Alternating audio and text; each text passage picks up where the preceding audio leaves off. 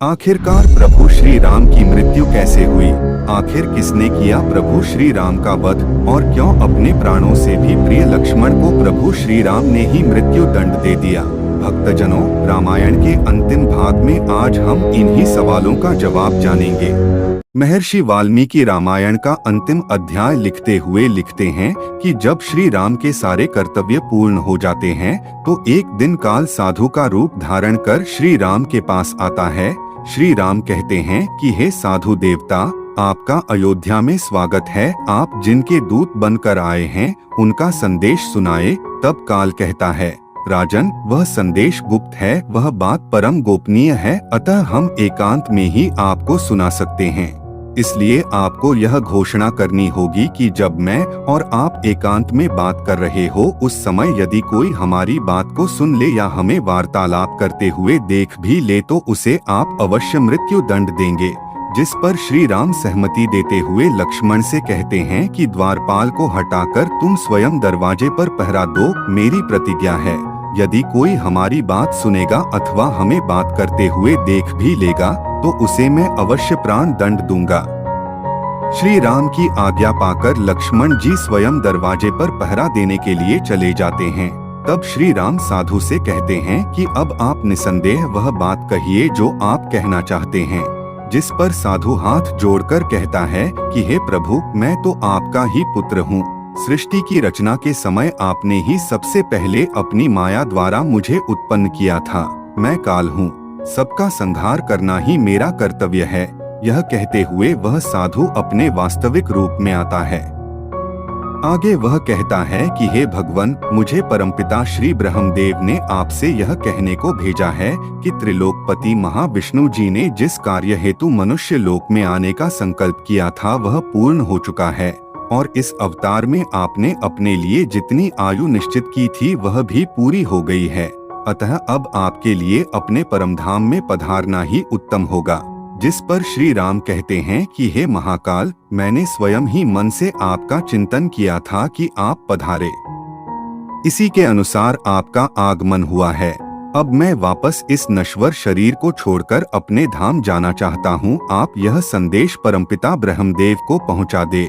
जिस समय महाकाल और श्री राम यह वार्तालाप कर रहे थे उस समय महर्षि दुर्वासा द्वार पर पधारते हैं और लक्ष्मण जी से कहते हैं कि मैं इसी समय श्री राम जी से मिलना चाहता हूँ, उन्हें जाकर सूचना दो। जिस पर लक्ष्मण जी हाथ जोड़कर कहते हैं, क्षमा करें, श्री राम इस समय एक आवश्यक कार्य में व्यस्त हैं, अतः आपको कुछ समय प्रतीक्षा करनी होगी। लक्ष्मण जी की बात सुन महर्षि दुर्वासा क्रोधित हो जाते हैं और कहते हैं, हमें अंदर जाने से रोकने का साहस तुम कैसे कर सकते हो? तुम मेरी शक्ति जानते हो। मैं यदि क्रोधित होकर श्राप दे दूं तो समस्त रघुकुल सहित यह सारी अयोध्या इसी क्षण भस्म हो जाएगी। महर्षि की यह बातें सुन लक्ष्मण जी चिंतित हो जाते हैं और मन ही मन सोचते हैं कि यदि मेरी मृत्यु से अयोध्या बच सकती है तो यही उत्तम होगा। और यह कठोर निर्णय कर वह श्री राम को महर्षि का समाचार देने उनके कक्ष में चले जाते हैं। वह अंदर पहुंचकर कहते हैं कि महाराज, दरवाजे पर महर्षि दुर्वासा पधारे हैं और वह इसी क्षण आपके दर्शन चाहते हैं। लक्ष्मण को अंदर देखकर काल चौंक जाता है और वह वहां से अंतर्ध्यान हो जाता है। फिर श्री राम क्रोधित होकर पूछते हैं, लक्ष्मण, तुमने यह क्या किया?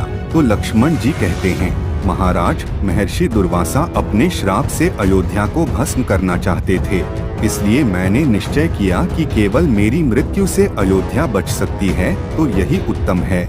इसलिए मैंने आपकी आज्ञा का उल्लंघन किया है। मैं इसके लिए क्षमा चाहता हूँ। श्री राम बहुत चिंतित हो जाते हैं। उनके कानों में काल की वह बात गूंज उठती है कि हमारी बात परम गोपनीय है। उस समय यदि कोई हमारी बात को सुन ले या हमें वार्तालाप करते हुए देख भी ले तो उसे आप अवश्य प्राण दंड देंगे। श्री राम इस धर्म संकट के समाधान के लिए सभा का आयोजन करते हैं, जिसमें आर्य सुमंत कहते हैं कि महाराज, विषय बहुत गंभीर है, इसका निर्णय इतना आसान नहीं है। लक्ष्मण जी केवल राजा के निजी परिवार के मुख्य सदस्य ही नहीं है, वरन प्रजा के भी अति प्रिय राजकुमार हैं। इनकी वीरता के कारण प्रजा इन्हें बहुत सम्मान देती है। ये इस राज्य की अमूल्य धरोहर हैं। समय आने पर इस राज्य की रक्षा कर सकते हैं। ऐसे परमवीर को मृत्युदंड देना कोई साधारण बात नहीं है। इसका निर्णय इतना आसान नहीं है महाराज। जिस पर लक्ष्मण जी कहते हैं कि एक राजा ने वचन दिया है, प्रतिज्ञा की है, तो उसका पालन होना ही चाहिए, नहीं तो राजा की बात पर कौन विश्वास करेगा। राजा के वचन पालन का विश्वास प्रजा में बना रहे, यह बात मेरे जैसे एक व्यक्ति के प्राणों से अधिक महत्वपूर्ण है। श्री राम निराश होकर गुरुदेव की तरफ देखते हैं और कहते हैं, गुरुदेव समस्या बहुत जटिल है, आप जो आज्ञा देंगे मैं वही करूँगा। तब गुरुदेव कहते हैं, हे महाराज राम, आप अपनी प्रतिज्ञा झूठी ना करें, क्योंकि प्रतिज्ञा के नष्ट होने पर धर्म का लोप हो जाएगा। धर्म का लोप हो जाने से सारी सृष्टि नष्ट हो जाएगी। आप अपने कुल की मर्यादा का पालन करें। वचन देकर रघुकुल वाले उससे फिरा नहीं करते। जिस पर वीर हनुमान जी कहते हैं कि शास्त्रों के अनुसार श्रीमान अथवा साधु पुरुष का त्याग कर देना भी उसे प्राण दंड देने के समान ही है। तब गुरुदेव कहते हैं, हनुमान ने उत्तम सुझाव दिया है। साधु पुरुष का त्याग कर देना उन्हें प्राण दंड देने के बराबर है। अतः हे महाराज राम, आप लक्ष्मण का त्याग कर दें। जिस पर श्री राम कठोर हृदय कर कहते हैं, हे सुमित्रानंदन राजकुमार लक्ष्मण, मैं आज से तुम्हारा परित्याग करता हूँ। फिर लक्ष्मण जी श्री राम को अंतिम प्रणाम कर सरयू नदी में जल समाधि ले लेते हैं और अपने शेषनाग रूप में वापस बैकुंठ धाम चले जाते हैं।